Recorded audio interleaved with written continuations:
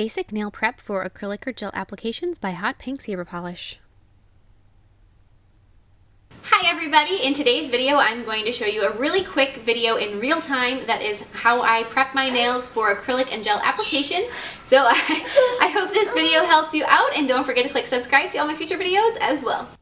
So I'm just going to take and begin by very gently pushing back the cuticles, and I like to use a cuticle pusher that has almost like a little slight blade to it. That's my favorite kind.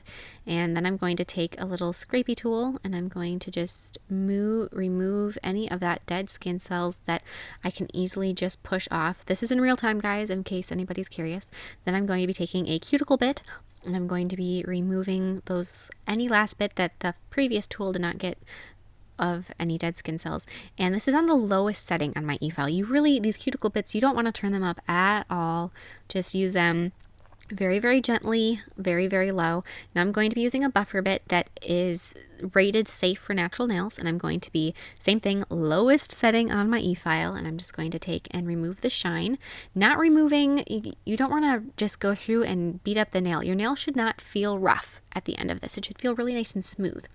Then I'm going to use a brush bit and I'm going to remove any dust. Just go through and clean that up. Those bits are not to be underestimated. They are fantastic. Then I'm going to be filing the free edge of the nail. If you wanted to, the brush bit you could use later on. I like to do that before I file the free edge because I feel like I can see it better, but that's up to you. Then I'm going to be cleansing the nail with a lint-free wipe. And I like to use 90% or higher. The one I'm using right now is 91%. Then I'm going to be applying a nail dehydrator. And that is, it should dry fairly matte. And then I'm going to be applying a layer of nail primer. And that is it, guys. That's my nail prep that I've been using for a long time that I have very good success with. So I hope you guys found this helpful and comment with any questions you may have. And I'll see you in my next video. Bye!